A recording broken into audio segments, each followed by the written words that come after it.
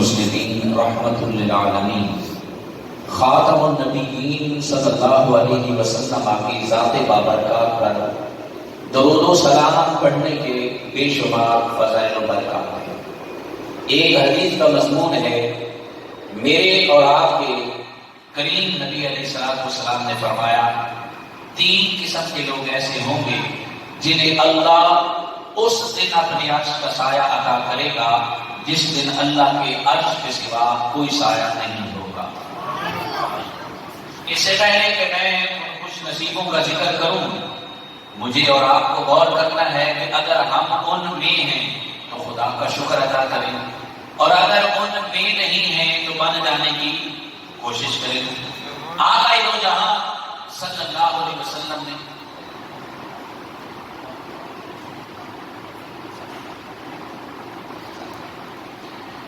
آقا دو جہاں صلی اللہ علیہ وسلم نے فرمایا، من فرج عن مکروب امتی، جو بندہ میرے کسی پریشان حال امتی کی پریشانی کو دور کر دے گا، میرا رب اسے اپنے عرش کا سایہ عطا فرمائے گا۔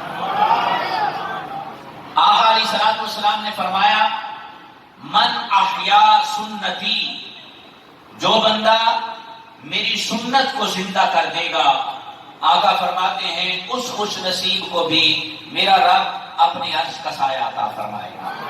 اور تیسرا خوش نصیب کون ہے؟ فرمایا من اکثر الصلاۃ علیہ او کما قال علیہ السلام، فرمایا جیڑا بندہ کثرت نال میری ذات اتے درود پڑھ لے گا اسے بھی میرا رب اپنے عرش کا سایہ عطا فرمائے گا۔ اسی لیے تو ہم کہتے ہیں جو کوئی اپنا بھلا چاہتا ہے، جو کوئی اپنا بھلا چاہتا ہے وہ اسے چاہے جسے خدا چاہتا ہے، جو کوئی اپنا بھلا چاہتا ہے وہ اسے چاہے جسے خدا چاہتا ہے۔ درود ان پہ بھیجو، سلام ان پہ بھیجو، یہی مومنوں سے خدا چاہتا ہے، یہی مومنوں سے خدا چاہتا ہے۔ اسی لیے تو ہمارے امام نے کہا نا، مصطفیٰ جان رحمت پہ، مصطفیٰ جان رحمت پہ لاکھوں سلام، شمع بزم ہدایت پہ لاکھوں سلام، صلو علی الحبیب صلی اللہ تعالی علی محمد صلی اللہ علیہ وآلہ وسلم۔ حمد و صلات کے بعد دعا ہے کہ اللہ کریم ہماری آج کی اس محفل پاک کو اور سے اعلیٰ حضرت کو اپنی پاک بارگاہ میں قبول فرمائے۔ ماں بعد اس کی دعا ہے اللہ کریم ہم سب کی بے حساب بخشش و مغفرت فرمائے، ہم سب کو مسلک حق اہل سنت و جماعت میں استقامت عطا فرمائے، اہل سنت میں زندہ رکھے اور کل قیامت کے دن حضور کے غلاموں میں اٹھائے۔ وقت مختصر ہے اور جس شخصیت پر مجھے کچھ کہنا ہے وہ ہمہ جہت شخصیت ہے۔ ان کی سیرت اور ان کی زندگی کے مختلف عنوانات ہیں، مختلف پہلو ہیں۔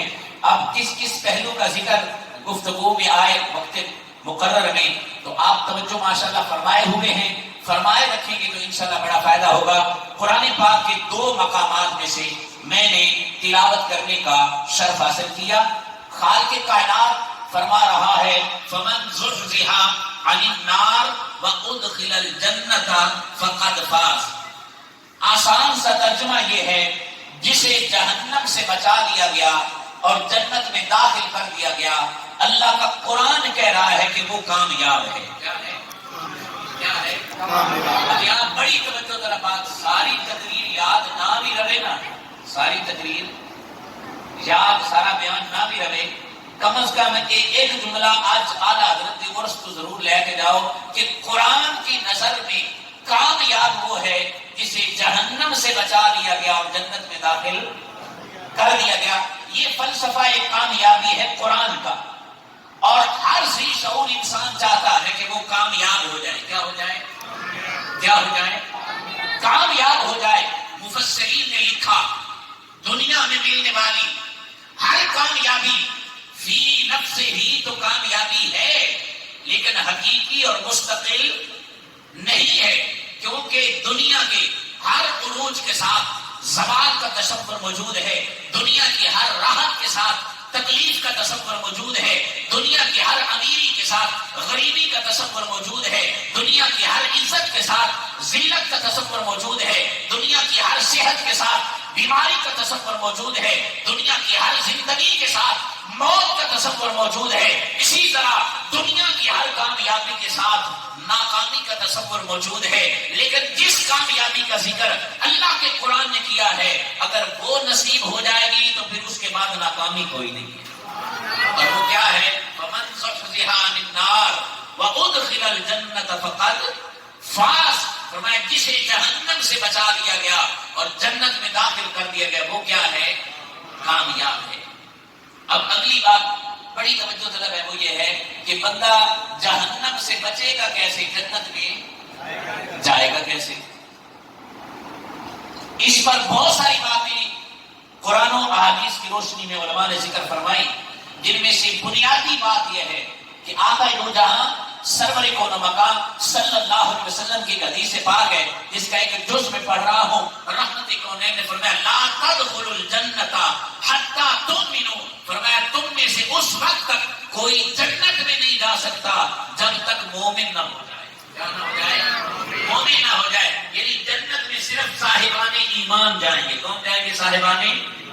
اب قرآن کا فلسفہ پڑھے نا، ان الذین آمنوا وعملوا الصالحات لهم جنات تجری من تحتها الانہار ذلک الفوز الکبیر، فرمایا کہ جو ایمان لائے، کون؟ جو ایمان لائے اور انہوں نے اچھے عمل کیے ان کے لیے جنت ہے۔ ان کے لیے کیا ہے؟ ایک اور مقام پہ کہا ان الذین آمنوا وعملوا الصالحات لهم جنات الفردوس نزلا، فرمایا جنت الفردوس کی مہمانی ان لوگوں کے لیے ہوگی جو صاحب ایمان بھی ہوں گے اور صاحب اعمال بھی۔ تو فلسفہ یہ آپ سمجھ لیں کامیابی کا، جو میں نے آپ کے سامنے قرآن کی نظر میں بیان کیا۔ اس کے بعد جہنم سے بچنا کیسے ہے، جنت میں جانا کیسے؟ پہلی بات جو میں آپ کے سامنے رکھ رہا ہوں کیا ہے؟ ایمان۔ کیا ہے؟ ایمان۔ جہنم سے بچنے کے لیے اور جنت میں جانے کے لیے بنیادی چیز کیا ہے؟ ایمان۔ ایمان کسے کہتے ہیں؟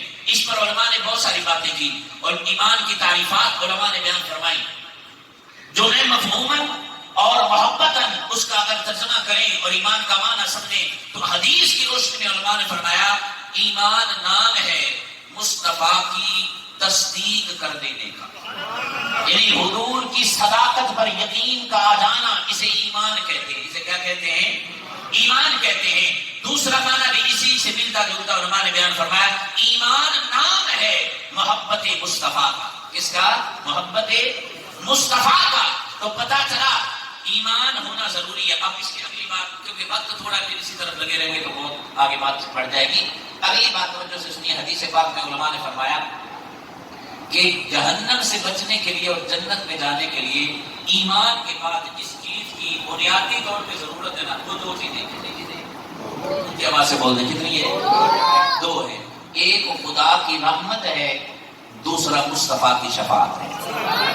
ایک خدا کی رحمت اور دوسرا حضور کی شفاعت ہے، اور یہ ہمارے علماء نے اپنی طرف سے نہ کہا بلکہ حضور کی حدیث سے استدلال کیا۔ حدیث پاک ہے، طبرانی کی روایت ہے جس کا مضمون یہ ہے میرے اور آپ کے کریم نبی علیہ الصلوۃ والسلام نے فرمایا للانبیاء منابر من ذهب، فرمایا قیامت کا دن ہوگا، نبیوں کے لیے سونے کے منبر ہوں گے، فیجلسون علیہا، آقا فرماتے ہیں نبی اپنے منبروں پہ بیٹھیں گے، ویبقى منبری، توجہ کیجیے گا، آقا فرماتے ہیں سارے نبی اپنے منبروں پہ بیٹھ جائیں گے، میرا منبر خالی رہے گا، لا اجلس علیہ او لا اقعد علیہ، فرمایا میں اپنے منبر پہ نہیں بیٹھوں گا۔ توجہ فرمائیں، حضور فرماتے ہیں میں نہیں بیٹھوں، سارے نبی بیٹھیں گے۔ آقا آپ کیوں نہیں بیٹھیں گے؟ آپ تو سارے نبیوں کے سردار ہیں، آپ سید المرسلین ہیں، آپ سید الاولین والآخرین ہیں، آپ سید البراء ہیں، آپ حبیب کبریا ہیں، چاہیے تو یہ تھا عسیٰ ان یبعثک ربک مقاما محمودا، حبیب پیارے حشر کے میدان میں آپ ہی کی عظمت دکھائی جانی مقصود ہے، تو پھر آپ اپنے منبر پہ کیوں نہیں بیٹھیں گے؟ سنیے مصطفیٰ کریم کا کلمہ پڑھنے والوں، آقا کے غلاموں سنو، حضور کیا فرماتے؟ فرماتے مخافتا ان یبعث بی الی الجنہ ویبقى امتی من بعدی، میں اس خوف کی وجہ سے نہیں بیٹھوں گا کہ کہیں مجھے جنت میں نہ بھیج دیا جائے اور میری امت میرے پیچھے نہ رہے۔ اور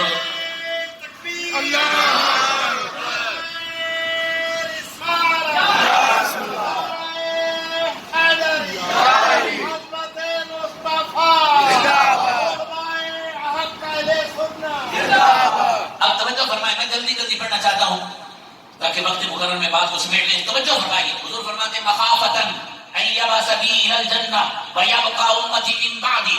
آقا جب آپ اپنے منبر پہ جلوہ گر نہیں ہوں گے اور امت کے پیچھے رہ جانے کے خوف کی وجہ سے منبر پہ نہیں بیٹھیں گے تو پھر ہوں گے کہاں؟ حضور فرماتے ہیں قائما بین یدی ربی. میں اپنے رب کی بارگاہ میں کھڑا رہوں گا. کیا کروں گا؟ کھڑا رہوں گا اور کہوں گا یا رب امتی. کیا؟ یا رب امتی. توجہ فرمانا. آقا کریم کے پیارے غلاموں، درجنوں حدیث کی کتب میں یہ روایت موجود ہے جس کا مضمون میں مفہوماً ایک جملے میں کہہ رہا ہوں. توجہ فرمائیے. علماء کہتے ہیں حشر کا میدان بڑا سخت ہوگا. اللہ ذوالجلال اپنے جلال میں ہوگا. جناب آدم پاک سے لے کر عیسیٰ پاک تک کسی نبی اور رسول کو بولنے کی ضرورت نہ ہوگی اور سارے نبی بھی کہیں گے. آدم سے لے کر عیسیٰ تک ہر نبی کہے گا نفسی نفسی. لیکن کعبے کے رب کی قسم ہے حشر کے میدان میں ایک آمنہ کا نام ہوگا جس کی زبان پہ امتی امتی امتی ہوگا. اور میری آواز کیا کا فرماتے میں اپنے رب کی بارگاہ میں کہوں گا یا رب امتی یا رب امتی. میرا رب مجھ سے فرمائے گا ما ترید ان اصنع بامتک یا محمد صلی اللہ علیہ وسلم. اللہ فرمائے گا ما ترید، اے حبیب بتا تیرا ارادہ کیا ہے، محبوب تیری چاہت کیا ہے، حبیب تیری خواہش کیا ہے، محبوب تیری چاہت کیا ہے. اور جو کہتے ہیں نبی کے چاہنے سے کچھ نہیں ہوتا، نبی کے چاہنے سے کچھ نہیں ہوتا. آؤ سنو مصطفیٰ کا فرمان. رحمت کونین فرماتے ہیں میرا رب مجھ سے فرمائے گا ما ترید ان اصنع بامتک یا محمد. حبیب بتا تیرا ارادہ کیا ہے، تیری چاہت کیا ہے، تیری تمنا کیا ہے، تیری خواہش کیا ہے. کیونکہ اللہ کا وعدہ ہے بلا سوف یعطیک ربک فترضی. سونے تینوں اتنا دینا ہے کہ تینوں راضی کر دیں گے ہم. اللہ کریم میرے حبیب فرماتے جب میں یہ کہوں گا نا تو رب کریم فرمائے گا حبیب آئے کیا چاہتے ہیں؟ میں عرض کروں گا اجل حسابہم. یا اللہ میری امت کا حساب جلدی ہے، میری امت کا کیا ہے حساب جلدی لے لے. حضور فرماتے ہیں فیدعا بہم، میرے غلاموں کو بلایا جائے گا. فیحاسبون، پھر ان کا حساب ہوگا. اب حساب کے بعد کیا ہوگا؟ اتنی ساری روایت میں اس ایک جملے کے لیے پڑھ کے آیا ہوں، غور کیجیے گا. میں نے آپ کے ساتھ کہا تھا جہنم سے بچنے کے لیے اور جنت میں جانے کے لیے ایمان کے بعد دو چیزوں کی ضرورت ہے دنیا کی طرف. کیا؟ ایک خدا کی رحمت اور دوسرا حضور کی شفاعت. اب سنیے آقا فرماتے ہیں جب میرے غلاموں کو بلایا جائے گا پھر حساب ہوگا.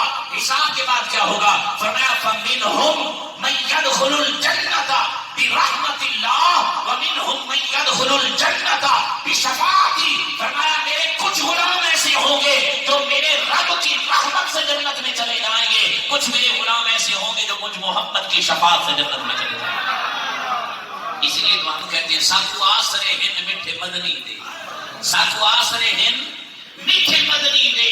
ساڑھے حال دے کرم ہزار تھی سن صدیق عمر عثمان والی ساڑھے حامی چارے یار تھی سن. وہ سی نفسی نفسی جد محشر وچ ادو جلوہ گر سرکار تھی سن. جنیاں ناتاں تابش پڑھتے ہیں او دے لب ہل سن بیڑے پار تھی سن، او دے لب ہل سن بیڑے پار تھی سن. تو حضرات اکرامی اب پتہ چلا کہ جسے خدا کی رحمت مل جائے گی، حضور کی شفاعت مل جائے گی، رب کریم اسے جنت عطا کر دے گا. اب غور طلب بات یہ ہے کہ خدا کی رحمت کیسے ملے گی، مصطفیٰ کی شفاعت کیسے ملے گی. اب اسی سے میں اعلیٰ حضرت کی بارگاہ میں جانا توجہ فرمائے گا. علماء نے بہت ساری باتیں ذکر کی کہ جس سے خدا کی رحمت، بندہ نماز پڑھے تو خدا کی رحمت ملتی ہے، بندہ قرآن پڑھے تو خدا کی رحمت ملتی ہے، مصطفیٰ اور مصطفیٰ کی آل پہ درود و سلام پڑھے تو خدا کی رحمت ملتی ہے. اب توجہ فرمانا، علماء کہتے ہیں کہ جہاں نماز پڑھو تو رحمت الہی ملتی ہے، قرآن پڑھو تو رحمت الہی ملتی ہے، سرکار دو عالم اور سرکار دو عالم کی آل پہ درود و سلام پڑھو تو رحمت نصیب ہوتی ہے. وہی علماء نے فرمایا ان ذکر الصالحین تنزل الرحمہ، جب اللہ کے نیک بندوں کا ذکر ہوتا ہے تب بھی رحمت خدا کا نزول ہوتا ہے، اللہ کی رحمت کا نزول ہوتا ہے.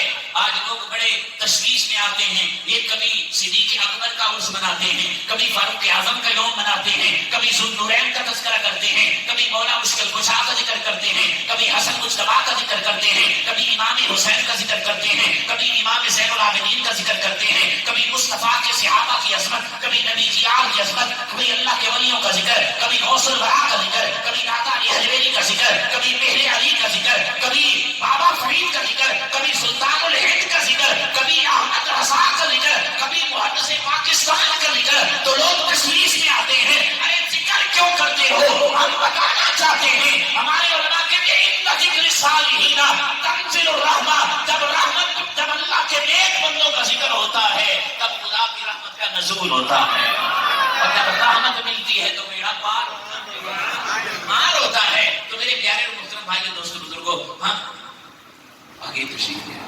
ماشاءاللہ، نعرہ تکبیر، نعرہ رسالت، نعرہ تحقیق، نعرہ حیدری، نعرہ غوثیہ. علماء اہل سنت حضرات اکرامی توجہ فرمائیے گا، ان ذکر الصالحین تنزل الرحمہ. جب اللہ کے نیک بندوں کا ذکر ہوتا ہے تو کیا ہوتا ہے؟ رحمت کا نزول ہوتا ہے. اور قرآن میں خالق نے ایک اور مقام پہ کہا، یا ایھا الذین آمنوا اتقوا اللہ وکونوا مع الصادقین. وہ ایمان والو، ایک تو تقوی اختیار کرنا، دوسرا جو سچے ہیں نا ان کے ساتھ رہنا، ان کے ساتھ رہنا. اگر جسمانی قرب نصیب ہو سکے تو بڑی بات ہے، اگر جسم کا قرب نصیب نہ ہو تو دل ہر وقت ان کے قریب رہنے چاہیے. کیا ہے؟ اب اعلیٰ حضرت کا زمانہ ہم نے نہ پایا، جسم تو ان کے ساتھ نہ ملا سکے، ان کے دستے مقدس کو ہم چوم تو نہ سکے، لیکن دل اعلیٰ حضرت کی محبت سے ہر وقت سرشار رہنا چاہیے. اور کیوں؟ اس لیے کہ اعلیٰ حضرت ان صالحین میں ہیں جن پر خدا کا انعام ہوا ہے. قرآن کہتے ہیں صراط الذین انعمت علیہم. اے اللہ، ہم اللہ کی بارگاہ میں جب کھڑے ہوتے ہیں، نماز میں ہوتے ہیں، ہاتھ باندھتے ہیں، دست بستہ حاضر ہو کے عرض کرتے ہیں اہدنا الصراط المستقیم. یا اللہ سانو سیدھی راہ پہ چلا، سیدھے راستے پر استقامت عطا فرما. اب سیدھا راستہ کون سے ہے؟ صراط الذین انعمت علیہم. یا اللہ انہاں لوکاں دی راہ تے چلا جنہاں تے تو انعام کیتا. انعام والے کون ہیں؟ جب قرآن کی تفسیر خود قرآن کرے نا، یہ تفسیر کا اعلیٰ درجہ ہے. تفسیر القرآن بالقرآن، یہ اعلیٰ درجہ ہے تفسیر کا. یہاں کہا صراط الذین انعمت علیہم. یا اللہ ہمیں اپنے انعام یافتہ بندوں کی راہ پہ چلا. اب اور طرح بات ہے، کوئی معنی لیتا، کوئی معنی لیتا، لیکن قرآن نے خود قرآن کی تفسیر پر بیان کر دی. خالق کے کائنات کے دوسرے مقام پہ کہا انعم اللہ علیہم من النبیین والصدیقین والشہداء والصالحین. فرمایا لوگوں جن پر میں نے انعام کیا ہے وہ بتا دی، میں تمہیں خود دیتا ہوں. کون ہے؟ فرمایا انعم اللہ علیہم من النبیین والصدیقین والشہداء والصالحین. فرمایا وہ نبی ہیں، صدیقین ہیں، شہداء ہیں اور صالحین ہیں جن پر اللہ کا انعام ہوا. اور انہیں انعام یافتہ بندوں میں ایک بندہ ہے جسے احمد رضا کہتے ہیں، جنہیں مجدد دین و ملت کہتے ہیں، جنہیں شمع رسالت کا پروانہ کہتے ہیں، جنہیں آقا دو جہاں صلی اللہ علیہ وسلم کے اصحاب کی عزت و عظمت کا پاسبان کہتے ہیں، جنہیں مصطفیٰ کی آل کی عظمت کا محافظ کہتے ہیں، جنہیں سنیوں کا امام کہتے ہیں، امام کہتے ہیں. اعلیٰ حضرت عظیم البرکت مجدد دین و ملت پروانہ شمع رسالت اشرا امام احمد رضا خان رحمت اللہ تعالیٰ پر رب کائنات کے کیسے کیسے انعام ہیں. اب میں وہ ایک وقت کو بھی محفوظ رکھنا، جلدی عرض کرنا ہے، تھوڑے وقت میں اعلیٰ حضرت پہ زیادہ بات کرنا چاہتا ہوں تو اس طرف نہیں جاتا. ان کا خاندانی تذکرہ ہے. امام احمد رضا شیخ طریقت امیر اہل سنت کا بڑا پیارا رسالہ ہے، اس کو لے کے پڑھنا چاہیے. اور بھی اس طرح کی بہت ساری کتابیں مل جاتی ہیں، اس میں آپ پڑھیں گے آپ کو پتا چلے گا اللہ نے ہمیں کتنا عظیم امام عطا فرمایا، کتنا عظیم. اب دیکھیں اعلیٰ حضرت پر رب کریم کا انعام کیا ہے، سنتے جائیے. انعام کیا ہے؟ اس سے پہلے ایک اور بات نہ سنا دوں، سبحان اللہ کہہ دیں. انعام کا ذکر کرتا ہوں، پہلے آپ یہ سمجھ لیں کہ اعلیٰ حضرت عظیم البرکت وہ اللہ کے ولی ہیں جن کی ولایت کی تصدیق خود غوث الورا نے کی ہے. بنانے کی کیا خود غوث الورا نے کی.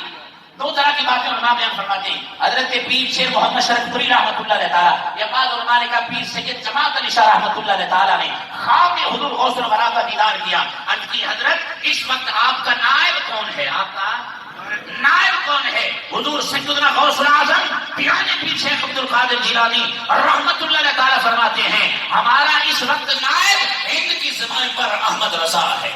ہند کی زمین پر کون ہے؟ احمد رضا ہے. اور میرے پیارے محترم بھائیو، اعلیٰ حضرت پر رب کائنات کے کتنے انعام ہیں. اب تھوڑے تھوڑے ذکر کر رہے تھے، توجہ فرمائیے. اعلیٰ حضرت عظیم البرکت پر رب کائنات کے کتنے انعام ہیں. 4 سال کی چھوٹی سی عمر ہے. کتنی؟ تقریباً 4 سال کی عمر ہے. احمد رضا نے پورا ناظرہ قرآن پڑھ لیا تھا. 6 سال کیا 4 سال کا بچہ پورا ناظرہ قرآن پڑھ جائے، کیا یہ خدا کا انعام نہیں ہے؟ تو بولو یقیناً انعام ہے. 6 سال کی عمر میں مجمع عام سے آقا دو جہاں کے میلاد پر حضور کے میلاد پر 2 گھنٹے کی تقریر کرنے والے کو احمد رضا کہتے ہیں. 8 سال کی عمر میں ہدایت النحو کی عربی میں شرح لکھنے والے کو احمد رضا کہتے ہیں. اور 14 سال کی عمر میں ہی ہوئی کہ اپنے وقت کا عظیم مفتی بن جائے، اسے احمد رضا کہتے ہیں. اسے کیا کہتے ہیں؟ احمد رضا کہتے ہیں. اور میرے پیارے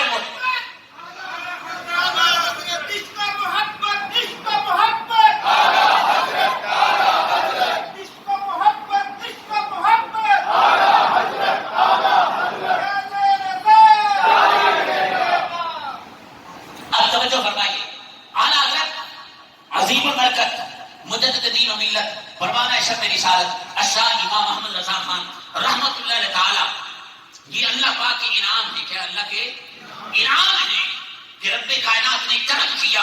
احمد رضا کی قلم سے ہمیں کنز ایمان عطا فرمایا ہے. کنز ایمان عطا فرمایا. ایمان کا خزانہ. کیا؟ ایمان کا خزانہ. اور پھر ایک اور احسان کیا امت محبوب کو، جو زندگی گزارنے کے اصول اور ضوابط تھے، احکام دینیہ کو سمجھنے کے لیے جب تفقہ فی الدین کی ضرورت تھی تو احمد رضا نے فتاوی رسولی عطا فرمایا ہے. اور جب عاشق عشق میں مچلتے ہیں تو بارگاہ رسالت میں کچھ کہنا پڑتا تو ہے نا. پھر امام احمد رضا نے ہمیں ہدایت کی بخشش عطا فرمائی. کیا ہے؟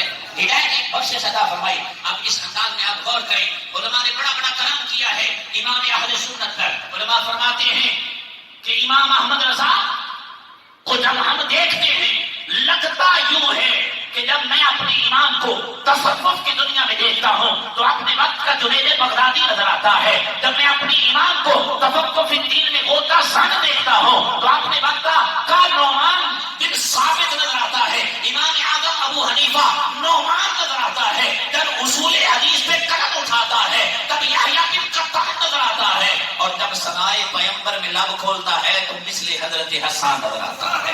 یعنی حضرت حسان کی خیرات لیے ہوئے بارگاہ رسالت میں کھڑا نظر آتا ہے. تو میرے پیارے اور محترم بھائیو، دوستو، بزرگوں، اعلیٰ حضرت عظیم البرکت مجدد دین و ملت پروانہ شب رسالت الشاہ امام احمد رضا خان رحمت اللہ تعالی نے اس وقت ہند کی سرزمین پر آنکھیں کھولی جب ہر طرف فتنوں کا دور تھا، بد مذہبیت کا دور تھا. کہیں سے عیسائیت کا فتنہ تھا، کہیں سے قادیانیت کا فتنہ تھا، کہیں سے نیچریت کا فتنہ تھا، کہیں سے رافضیت و خارجیت کا فتنہ تھا. اتنے سارے فتنوں سے نبرد اسما ہونے کے لیے، ان کے سامنے ڈٹ کر کھڑا ہونے کے لیے رب نے جس بندے کا انتخاب کیا ہے اسے احمد رضا کہتے ہیں. اسے احمد رضا کہتے ہیں کیونکہ حضور کی حدیث ہے، مفہوم روایت یہ ہے، جناب ابو ہریرہ راوی ہیں، فرماتے ہیں اللہ نے اس امت پہ یہ کرم فرما رکھا ہے کہ اس کے ہر 100 سال کے سرے پر اللہ اس امت کے لیے مجدد پیدا فرمائے گا. ایک مجدد مبعوث فرمائے گا جو آقا دو جہاں کے دین کی تجدید کرے گا. کیا کرے گا؟ اب یہاں پر جو صاحبان نے یہ تشریف فرما ہے وہ خاص توجہ فرمائیں گے. آپ بھی فرمائیں. اب بات ایسے بدبخت ہیں جو کہتے ہیں کہ یہ سنی جو ہے یہ بدعتی ہیں. کیا ہے؟ احمد رضا کو معاذ اللہ کہتے ہیں یہ بدعت کو رواج دینے والا تھا. اہل علم تشریف فرما ہے. اب دیکھیں اجتماع نقیضین محال ہوتا ہے، یعنی 2 ضدیں آپس میں جمع نہیں ہو سکتی. حضور کی حدیث سامنے رکھیں اور پھر احمد رضا کی زندگی کو پڑھیں. آقا فرماتے ہیں کہ ہر 100 سال کے سرے پر اللہ ایک مجدد پیدا فرمائے گا. کیا؟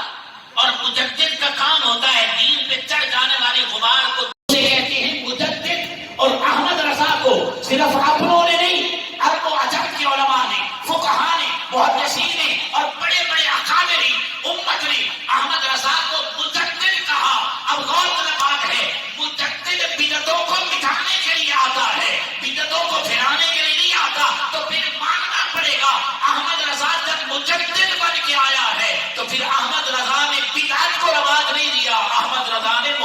کی سنت کو رواج دیا. اس لیے تو آپ کو کہتے ہیں نا، آپ جو ہے وہ ماہی بدعت ہیں. کیا ہیں؟ ماہی بدعت ہیں، بدعت کو مٹانے والے ہیں، حامی سنت ہیں، حامی سنت ہیں. اور میرے پیارے محترم بھائیوں، وقت قریب آ گیا، بڑی توجہ فرمائیے گا. اعلیٰ حضرت عظیم البرکت جن فتنوں میں آپ فتنوں سے لڑ رہے تھے اور فتنوں کے سامنے آپ جبل استقامت بن کے کھڑے تھے، اس وقت لوگوں کی اپنی اپنی بولیاں تھیں، اور ان بولیوں کو بند کرنے کے لیے احمد رضا نے کیسے کیسے اشعار لکھے. اور اشعار میں، ان اشعار میں اگر آپ غور کرتے جائیں تو ایک ایک شعر پہ گھنٹوں گھنٹوں تقریر ہو سکتی ہے. درجنوں قرآن کی آیتوں کو استدلال کے طور پہ پیش کیا جا سکتا ہے، آقا کی سینکڑوں احادیث کو اس اصطلاح میں پیش کیا جا سکتا ہے. اب غور فرمائیے، جب لوگ کہہ رہے تھے، جب لوگ کہہ رہے تھے کہ محمد سے کچھ نہیں مل سکتا، جس کا نام محمد یا علی ہے وہ کسی چیز کا مالک و مختار نہیں، اس وقت میرے امام کہہ رہے تھے واہ کیا جود و کرم ہے شاہ بتہا تیرا، واہ کیا جود و کرم ہے شاہ بتہا تیرا، نہیں سنتا ہی نہیں مانگنے والا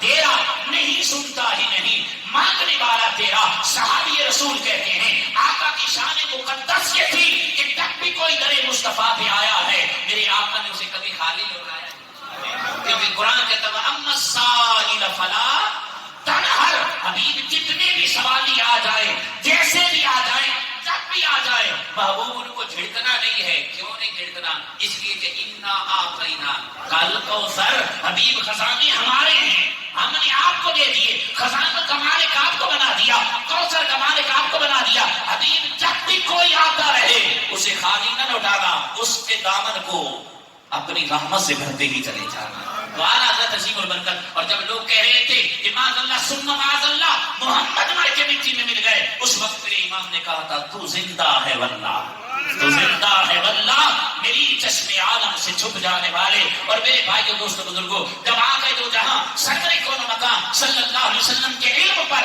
لوگ اپنی زبانوں کو کھول رہے تھے اور کہتے تھے محمد کو دیوار کے پیچھے کا علم نہیں، اس وقت میرے امام نے کہا سر عرش پہ ہے تیری گزر، سر عرش پر ہے تیری گزر، دل فرش پہ ہے تیری نظر، ملکوت ملک میں وہ کوئی شے نہیں جو تجھ پہ آقا حیا نہیں. میرے پیارے محترم بھائیو، اب اس پر درجنوں حدیث کی جو ہے وہ حوالے دیے جا سکتے ہیں کہ آقا جو جہاں سرور کون مقام صلی اللہ علیہ وسلم کیسے دلوں کی خبر گیری رکھتے ہیں. اور میرے پیارے محترم بھائیو دوستو بزرگوں، امام اہل سنت مجدد دین و ملت پروانہ شرم رسالت اشرا امام احمد رضا نے اس انداز میں بھی اپنے آقا کی عزت و عظمت اور شان اور رفعت کا اس انداز میں تحفظ کیا. جب لوگ کہتے تھے کہ محمد کچھ کر نہیں سکتا، معاذ اللہ ثم معاذ اللہ، محمد کو کوئی اختیار نہیں ہے، اس وقت میرے امام نے کہا تھا سورج الٹے پاؤں پلٹے، سورج الٹے پاؤں پلٹے، چاند اشارے سے ہوتا انتے نجمی دیکھ لے قدرت رسول اللہ کی، انتے نجمی دیکھ لے قدرت رسول اللہ کی. اور جب لوگ شور مچا رہے تھے کہ میلاد نہ مناؤ، میلاد نہ مناؤ، اس وقت میرے امام نے کہا حشر تک ڈالیں گے ہم پیدائش مولا کی دھوم، حشر تک ڈالیں گے ہم پیدائش مولا کی دھوم، مثل فارس نجد کے قلعے گراتے جائیں گے. تو میرے پیارے محترم بھائیو دوستو بزرگوں، اب میں ایک بات سمجھنا چاہتا ہوں. اعلیٰ حضرت عظیم البرکت اور دیگر جتنے بھی صوفیاء اولیاء رحمہم اللہ تعالی جن کے ہم ماننے والے ہیں، اب تصوف کا جو مرکزی نقطہ ہے نا وہ ہے دل. کیا ہے؟ کیا ہے؟ کیا ہے؟ اونچی آواز سے بول دیں، کیا ہے؟ دل. یعنی اولیاء اللہ رحمہم اللہ تعالی کی تعلیمات اور ان کی ساری جدوجہد جو تھی وہ دلوں کی طہارت تھی. کیا تھی؟ دلوں کی طہارت. جب دل سمجھ جاتے ہیں پھر نظام زندگی سمجھ جاتا ہے، کیونکہ رحمت کونین نے فرمایا الا ان فی الجسد مضغہ اذا صلحت صلح الجسد کلہ واذا فسدت فسد الجسد کلہ. حضور نے فرمایا لوگوں سنو، بدنی انسانی میں ایک گوشت کا لوتھڑا ہے، ایک ٹکڑا ہے، اگر اذا صلحت صلح الجسد کلہ، اگر وہ سمجھ جائے تو پورا بدن سمجھ جاتا ہے، اگر وہ بگڑ جائے تو پورا بدن بگڑ جاتا ہے. حضور نے فرمایا الا وہی القلب، فرمایا میرے غلاموں سنو اسے دل کہتے ہیں. کیا کہتے ہیں؟ اسے کیا کہتے ہیں؟ دل کہتے ہیں، اسے دل کہتے ہیں. اب توجہ فرمائیے، جب علماء تشریف فرمائے غور فرمائیے، پڑھے آپ ماشاءاللہ توجہ کے ساتھ سماعت فرمائیں، دل پر اتنا زور کیوں دیا گیا؟ اب جب آپ غور کریں گے نا تو دین کے جتنی بھی بنیادی چیزیں نا ان کا تعلق دل سے ہے. کس سے ہے؟ ایمان کا تعلق کس سے ہے؟ اخلاص کا تعلق کس سے ہے؟ نیت کا تعلق کس سے ہے؟ محبت کا تعلق کس سے ہے؟ دل سے ہے. اخلاص کا تعلق، نیت کا تعلق کس سے ہے؟ دل سے ہے. تو دل ایک مرکزی حیثیت رکھتا ہے. اس لیے آقا کونین نے فرمایا جب دل سنور جائے تو نظام زندگی سنور جاتا ہے، دل بگڑ جائے تو پورا نظام بگڑ جاتا ہے. اب دل سنورنے کی کیسے؟ جب اللہ کی رحمت کی نظر ہوگی، مصطفیٰ کریم کی نظر رحمت ہوگی، پھر دل سنورتے ہیں. اس لیے اعلیٰ حضرت عظیم البرکت مجدد دین و ملت پروانہ شمع رسالت الشاہ امام احمد رضا بارگاہ رسالت میں یوں التجا کرتے ہوئے نظر آتے ہیں: چمک تجھ سے پاتے ہیں سب پانے والے، چمک تجھ سے پاتے ہیں سب پانے والے، میرا دل بھی چمکا دے چمکانے والے، میرا دل بھی چمکا دے چمکانے والے. آخری بات اور میں مائک چھوڑ رہا ہوں، توجہ فرمائیے گا. جب اعلیٰ حضرت عظیم البرکت حج کے لیے تشریف لے گا نا، جیسے آج بھی لوگ بلا تحقیق اور طرح طرح کی باتیں سناتے رہتے ہیں، سنی یوں کرتے ہیں، سنی یوں کرتے ہیں، سنی یوں کرتے ہیں، ٹھیک ہے. تو اس وقت جب اعلیٰ حضرت وہاں تشریف لے گئے تو کچھ مولویوں نے وہاں عرب کے علماء سے کہا کہ یہاں ہند کا احمد رضا آیا ہوا ہے اور وہ کہتا ہے کہ معاذ اللہ نبی کا علم خدا کے علم کے برابر ہے. کیا ہے؟ آج بھی لوگ آپ کو ملیں گے ایسے جو کہتے ہیں یہ سنی جو ہے نا، سنی بریلوی، یہ نبی کے علم کو خدا کے علم کے برابر کہتے ہیں. معاذ اللہ سبحان اللہ. اعلیٰ حضرت عظیم البرکت نے فرمایا استغفر اللہ الیاذ باللہ، میں آقا کے علم کو خدا کے علم کے برابر کیسے مانتا ہوں؟ میں نہیں مانتا. اللہ اللہ ہے، نبی ہے، اللہ عطا کرنے والا ہے، نبی لینے والے ہیں. مصطفیٰ کے پاس جتنی بھی عظمتیں ہیں، جتنی بھی شانیں ہیں، جتنا بھی علم ہے، جتنا بھی اختیار ہے، جتنے کمالات ہیں، جتنے معجزات ہیں، جتنی حضور کی شانیں ہیں، وہ عطا کرنے والا کون ہے؟ خدا نے تم کو ہما تن کرم بنایا. کیا کرم خدا کا ہے اور قاسم مصطفیٰ ہے. اعلیٰ حضرت عظیم البرکت سے جب علماء عرب نے تقاضا کیا کہ تم اپنے موقف کی وضاحت کرو تو علماء کہتے پھر آپ نے کتاب لکھی. کیا لکھا؟ کتاب لکھی. جیسے الدولت المکیہ بالمادۃ الغیبیہ، یعنی حضور کے علم غیب پر عظیم کتاب 7.5 گھنٹوں میں اعلیٰ حضرت نے لکھ دی. کتنی؟ 7 گھنٹوں میں. عربی میں. کیا؟ عربی میں. اب اس پر کلام کریں تو بہت لمبا ہو جائے گا. عربی میں کتاب لکھی. جب عرب کے علماء کے سامنے کتاب پیش گئی، حیران تھے عرب کے علماء کہ عجم کا رہنے والا، ہند کا رہنے والا اتنی فصیح عربی میں تحریر لکھے. یہ بات عقل انسانی سے بعید نظر آتی ہے، لیکن انہیں کیا خبر تھی کہ احمد رضا خود نہیں لکھ رہا، مصطفیٰ خود لکھوا رہے ہیں. کیوں؟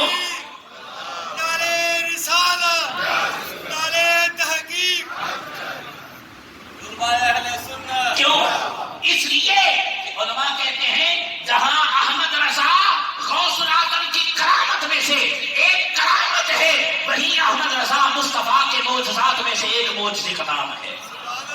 جب کتاب پیش کی گئی نا، ہمارے شیخ میرے پیر و مرشد امیر اہل سنت آفتاب قادریت مہتاب نظمیت کے پیر حضور ضیاء الدین مدنی رحمۃ اللہ تعالیٰ کتب مدینہ، ان کو آپ نے کاپی دی کہ یہ عرب کے علماء سے تصدیق کروانا. انہیں کتب مدینہ کہتے، مدینہ میں رہتے تھے. کہ جب عرب کے علماء ہیں نا، ان سے تصدیق اور تقریر لکھوانا. علماء کہتے ہیں جب حضور ضیاء الدین مدنی رحمۃ اللہ تعالیٰ عرب کے علماء کو اعلیٰ حضرت کی وہ کتاب دکھا دینا تو کہتے کس عالم نے لکھی ہے؟ کہتے میرے پیر نے لکھی ہے. کہاں خان کا رہنے والا ہے، کہاں ہند کا رہنے والا ہے، کہاں عجم کا رہنے والا، اتنی فیصدی عربی کیسے لکھے؟ ہماری سمجھ میں نہیں آتا. علماء کہتے ہیں پھر ضیاء الدین مدنی رحمۃ اللہ تعالیٰ چلے وہاں سے ہند کی سرزمین پہ آئے، اعلیٰ حضرت سے ملاقات کی. عرض کی حضور یہ بات سمجھ میں نہیں آتی، اس مسئلے کو سلجھائیے. علماء کہتے ہیں اتنے تھوڑے وقت میں اتنی اعلیٰ تحریر وہ بھی عربی میں لکھ دینا ہماری عقلوں میں نہیں آتا. راز کیا ہے؟ اعلیٰ حضرت نے مسکرا کر کہا ضیاء الدین یہ میں نے خود نہیں لکھی. جب باب کعبہ کے سامنے بیٹھے تھا، بیچ میں مصطفیٰ تھے، ادھر مولا علی تھے، ادھر غوث الجلی تھے. آقا کہتے گئے میں لکھتا چلا گیا، آقا کہتے گئے میں لکھتا چلا گیا. تو میرے پیارے محترم بھائیو، بات اختتام پذیر ہو گئی.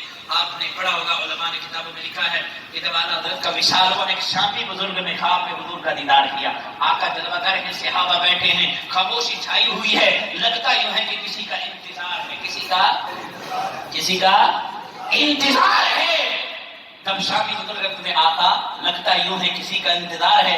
حضور نے فرمایا ہمیں احمد رضا کا انتظار. کیا ہمیں احمد رضا کا انتظار ہے، یہ کیوں ہوتا ہے؟ جو ساری زندگی حضور کے ناموس میں پہرا دیتا رہے، کیونکہ حضور تو لجپال ہے نا، حضور کریم ہے، اور لجپال پریت نو توڑ دے نہیں، جدی باں پھڑ دے وقت چھوڑ دے نہیں۔ صدیق کیا قبر نے وفا کی، نبی نے روزے میں جگہ دی، عمر نے وفا کی، عثمان نے وفا کی، مولا مرتضیٰ نے وفا کی، اصحاب پیغمبر نے وفا کی، حضور نمازتے چلے گئے۔ قیامت تک جو بھی امتی مصطفیٰ سے وفا کرے گا، میرے آقا اسے دنیا میں نوازیں گے، حشر میں بھی نوازیں گے۔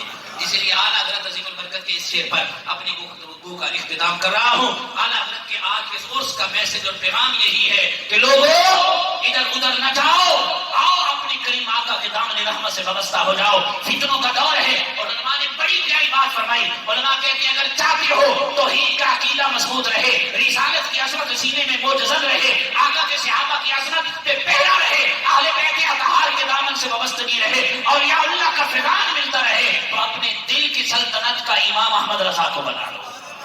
جہاں احمد رضا ہوگا وہاں خارجیت نہیں آئے گی، جہاں احمد رضا ہوگا وہاں رافضیت نہیں آئے گی، جہاں احمد رضا ہوگا وہاں نیچریت نہیں آئے گی، جہاں احمد رضا ہوگا وہاں کوئی بد مذہب آ نہیں سکتا، کیونکہ میرے امام نے کہا تھا جب آپ سے کہا کہ نواب کی چھان میں کچھ قصیدہ لکھ دو، تو اعلیٰ حضرت نے ایک ہی پیغام کیا تھا، آج کے عرس کا یہی پیغام ہے۔ میرے امام نے کہا تھا کرو مدح اہل دول رضا، کرو مدح اہل دول رضا، پڑے اس بلا میں میری بلا، میں گدا ہوں اپنے کریم کا، میرا دین پارائے نہ نہیں۔ تو میرے پیارے محترم بھائی اور دوستو، اگر آپ چاہتے ہیں ہمیں اعلیٰ حضرت کی تعلیمات سے فیض کامل طور پر نصیب ہوتا رہے، تو آؤ قرآن و سنت کی عالم کی تحریک دعوت اسلامی کے مدنی ماحول سے وابستہ رہیے، دعوت اسلامی کے مدنی ماحول سے اپنی آشنائی بنائیں۔ اور اس وقت الحمدللہ پوری دنیا میں اعلیٰ حضرت کے فیضان کے بہت قاسم ہیں، بہت قاسم ہے، کوئی قادری رنگ میں بانٹ رہا ہے، کوئی رضوی رنگ میں بانٹ رہا ہے، کوئی چشتی رنگ میں بانٹ رہا ہے، لیکن اس بات پر بھی بہت سارے علماء کی ایک اتفاق رائے ہے کہ آقا اعلیٰ حضرت عظیم البرکت کے فیضان کے بہت سارے قاسم ہیں اس وقت زمانے میں، لیکن ان میں سب سے بڑے قاسم کو الیاس قادری کہتے ہیں۔ کیا کہتے ہیں؟ امیر اہل سنت الیاس قادری کہتے ہیں۔ تو میرے پیارے محترم بھائیو دوستو بزرگوں، ہمیں چاہیے، فتنوں کا دور ہے، کوئی ادھر سے فتنہ کوئی ادھر سے فتنہ، اپنے ایمان کی حفاظت کا ذہن بنائیں، اپنے ایمان کی حفاظت کر کے جائیں۔ جیسے نعت خواہ آصف بھائی ساجد بھائی پڑھ رہے تھے نا کہ اعلیٰ حضرت فرماتے ہیں کہ رکھا نہ غیر سے کام، انہیں لانا انہیں مانا، نہ رکھا غیر سے کام۔ للہ الحمد کہ میں دنیا سے مسلمان گیا، بس دنیا سے اپنے ایمان کی سلامتی چاہتے ہو تو مسلک حق اہل سنت و جماعت سے ہر وقت جو ہے وہ پختگی کے ساتھ جڑے رہو، اور آج اہل سنت کا جو صحیح تعارف ہے اس کو آج کل احمد رضا ہے، کیا کہتے ہیں؟ پہچان ہے احمد رضا۔ بہت سارے لوگ ہیں طرح طرح کی باتیں پھر اور باتیں نہیں کرتے ہیں، یہ باتیں آج کے اس دور میں سمجھنے والی ہیں۔ بہت سارے لوگ ہیں جو طرح طرح کی بولیاں بولتے ہیں، لیکن بولی وہی بولو جو بریلی کے تاجدار ہو کے گئے ہیں۔ کرو مدح اہل دول رضا، پڑے اس بلا میں میری بلا، میں گدا ہوں اپنے کریم کا، میرا دین پارائے نہ نہیں۔ آج کے اس بابرکت محفل پاک کے صدقہ میں 3 چیزوں کا ضرور اپنے من سے عہد کریں، انشاءاللہ 5 وقت کی نماز پڑھیں گے، قرآن کی تلاوت کریں گے، اپنے بوڑھے ماں باپ کی خدمت کریں، آمین بجاہ نبی الامین۔ وآخر دعوانا